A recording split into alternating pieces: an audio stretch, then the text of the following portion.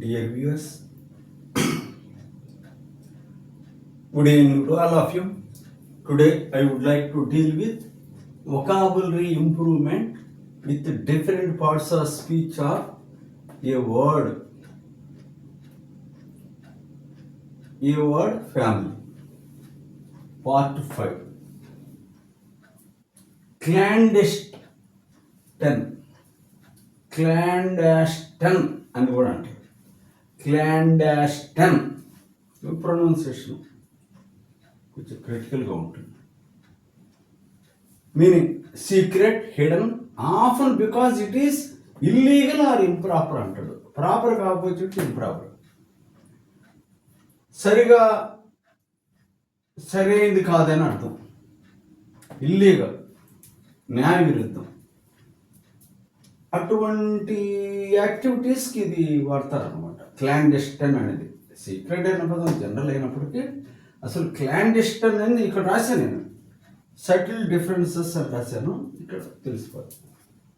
Example, the police కాదు, the police exposed a clandestine activity. Clandestinely పై the adjective, ఇది clandestinely adverb. Secretly, in a hidden manner. They met clandestinely to devise the plan అంటాడు. ఎవరికి తెలియకుండా ఒకసారి రహస్య సమావేశం అవుతారు ఒక ఇల్లీగల్ ప్లాన్ని డివైడ్ చేయడానికి. Clandestineness abstract noun. The quality or state of being clandestine. The organisation is known for the clandestineness of its activities. Verb form లేదు. No verb form of the said word in standard ఇంగ్లీష్లో లేదు. Useful కాలకేషన్స్ అంటే ఏ గ్రూపుల్లో వస్తుంటుంది జనరల్గా. ఇది వేరే ఏ పదాలతో కలిసి వస్తుంటుంది. క్లాండాస్టిన్ మీటింగ్, క్లాండాస్టిన్ ఆపరేషన్, క్లాండాస్టిన్ అఫైర్, క్లాండాస్టిన్ మిషన్ ఇలా అన్నమాట. కొన్నిటికి కామన్గా వాడుతూ ఉంటారు అన్నమాట. క్లాండాస్టిన్ లవ్ అఫైర్ అంటాడు ఒక డిక్షనరీలో. అంటే ఉదాహరణ అనమాట ఇచ్చాడు. సినానిమ్స్ చూడండి. సీక్రెట్, కోవర్ట్ అని కూడా అంటారు. కన్సీల్డ్, హిడెన్, సరప్టిషస్,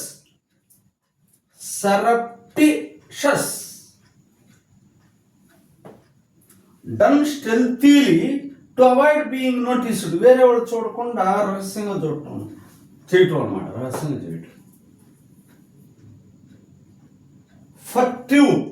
ఫర్టివ్ అన్న సరప్టిషస్ అన్న ఒకటే. అండర్ కవర్ కొన్ని సందర్భాలు.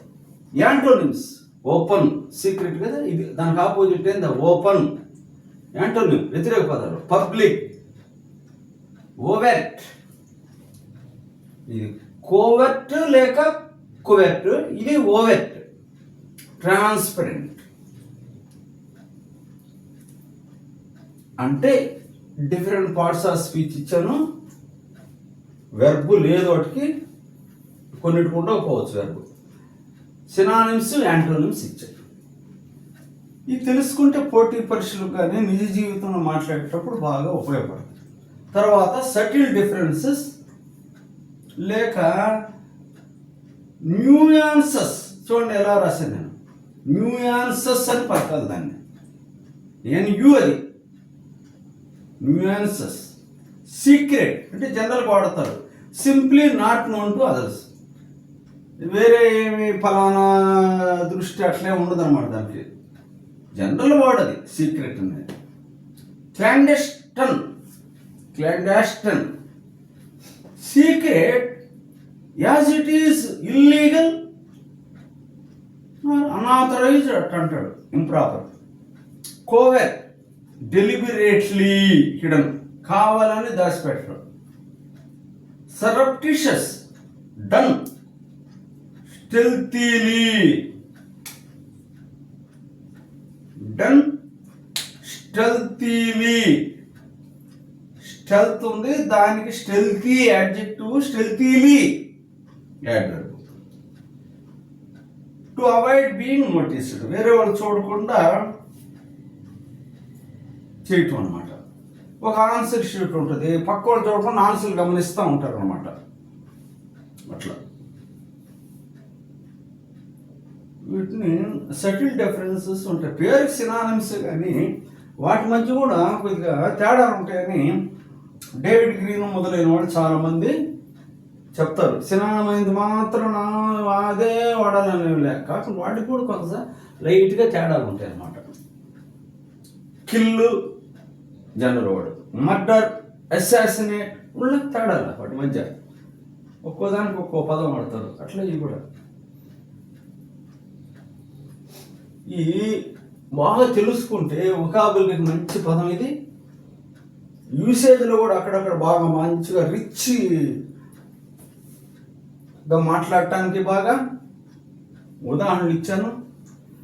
బాగా ప్రాక్టీస్ చేయండి. క్లాండాస్టన్ ఎప్పుడో ఒకప్పుడు చూసేదాన్ని, చాలా మంచి పదం, బాగా స్టాండర్డ్ అనమాట. పోటీ పరీక్షలకు కానీ స్పోకెన్ ఇంగ్లీష్కి కానీ ఎక్కడైనా మీటింగ్లో ఎక్కడైనా కూడా నిజంగా అవసరమే కదా.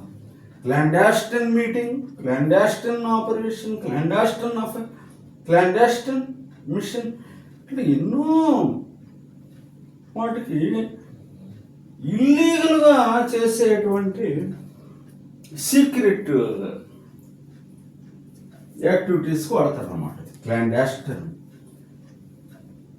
1-4 సార్లు చదవండి, వచ్చారు. చూడటానికి కష్టం ఉండొచ్చు కానీ అయితే అదే వచ్చేస్తారు. Thank you very much for your being.